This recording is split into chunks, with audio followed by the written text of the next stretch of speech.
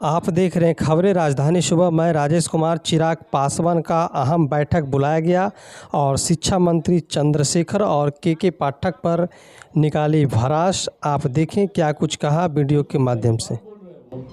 और इस बात की आशंका तो मैंने पहले ही जाहिर की थी। कुछ दिनों पूर्व जब स्टालिन जी के सुपुत्र का ये बयान आया था, उदयनिधि जी ने जब इस बात को कहा था कि सनातन धर्म को समाप्त कर देना चाहिए, और जिस तरीके के शब्दों का प्रयोग उन्होंने किया था, उस दिन भी इस बात की आशंका मैंने जाहिर की थी कि क्या मुंबई में हुई बैठक में सनातन धर्म की समाप्ति को लेकर कोई रणनीति, कोई योजना बनाई गई है? क्या वहां पर ऐसी कोई चर्चा हुई है जिसके तुरंत बाद ये बयान सामने आया है? और ये दर्शाता है जो उनके जो मंत्री का एक बयान अभी सामने आया, ये दर्शाता है और ये इस बात को प्रमाणित करता है कि यकीनन विपक्षी दलों के इस गठबंधन में इस तरीके की योजना बनाई गई है। और इस योजना का लोक जनशक्ति पार्टी रामविलास पूरी तरीके से निंदा करती है।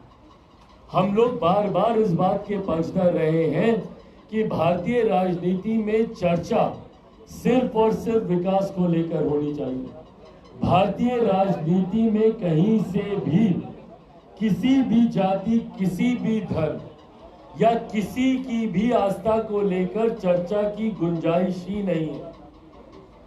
किसकी आस्था किस धर्म में है, कौन किस धर्म का पालन करता है, किस धर्म का पालन नहीं करता है, ये पूर्णतः उस व्यक्ति विशेष का अधिकार है।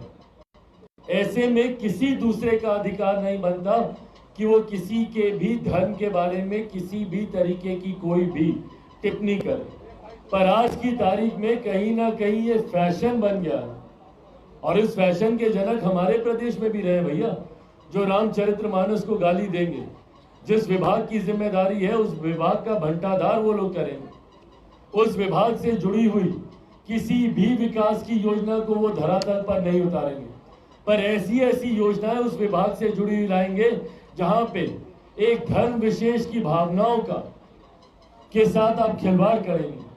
छुट्टियां भी अगर आप लाएंगे तो उसी धर्म विशेष से जुड़ी हुई लाएंगे, उसी धर्म विशेष के ग्रंथ को आप गाली देने का आप काम करेंगे। तो ये कहीं ना कहीं ये योजना तो बनाई गई है विपक्षी दलों में, और ये जितने भी 26-27 जितने भी विपक्षी दल हैं, इनकी सोच है सनातन के खिलाफ। इनकी सोच है कि एक धर्म विशेष के खिलाफ रणनीति को लेकर आगे बढ़ने का ये लोग काम कर रहे हैं। विकास का एजेंडा ही नहीं है भैया इन लोगों के पास। पूछे इन विपक्षी दलों से कि क्या नीति है आपकी। 3 बैठकें हो गई हैं इन लोगों की, अलग अलग विचारधारा के लोग हैं, पर अभी तक इन्होंने कॉमन मिनिमम प्रोग्राम पे कोई काम नहीं किया। साझा न्यूनतम कार्यक्रम पे इनकी कोई चर्चा ही नहीं हुई है। और ये सारे अलग अलग विचारधारा के लोग एक साथ आए हैं, अपने अपने राज्यों में एक दूसरे के खून के प्यासे हैं ये लोग। जहां पे लेफ्ट और ममता बनर्जी जी की पार्टी एक साथ आती है, उसमें कांग्रेस एक साथ आती है, मायावती जी, खैर मायावती जी तो खैर अब इनसे दूरी वो बना रही है, आपके समाजवादी पार्टी, ये तमाम ऐसे अलग अलग दल हैं जो एक साथ आने का प्रयास कर रहे हैं, जिनकी विचारधारा एक दूसरे के पूर्णतः खिलाफ रही है। तो ऐसे में जब सबसे पहले इनको कॉमन मिनिमम प्रोग्राम पे चर्चा करनी चाहिए थी, तो ये लोग धर्म पे चर्चा कर रहे हैं, क्योंकि इसके अलावा इनके पास कोई एजेंडा ही नहीं है। तुष्टीकरण की राजनीति करना, धर्म विशेष के खिलाफ जहर उगलना, यही इनकी सोच है। और इसी सोच के साथ देश में बंटवारे की राजनीति करने की मंशा के साथ ही ये लोग 2024 का ये लोग चुनाव लड़ना चाहते हैं, ताकि देश में बंटवारा हो, डिवाइड एंड रूल की पॉलिसी को अपनाकर ये लोग अपनी राजनीतिक रोटियां सेकना चाह रहे हैं। ऐसे में देश की जनता भी इस बात को जानती है। और आज की तारीख में भैया 21वीं सदी के पढ़े लिखे युवा युवतियों को कोई फर्क नहीं पड़ता किसी भी जाति धर्म से।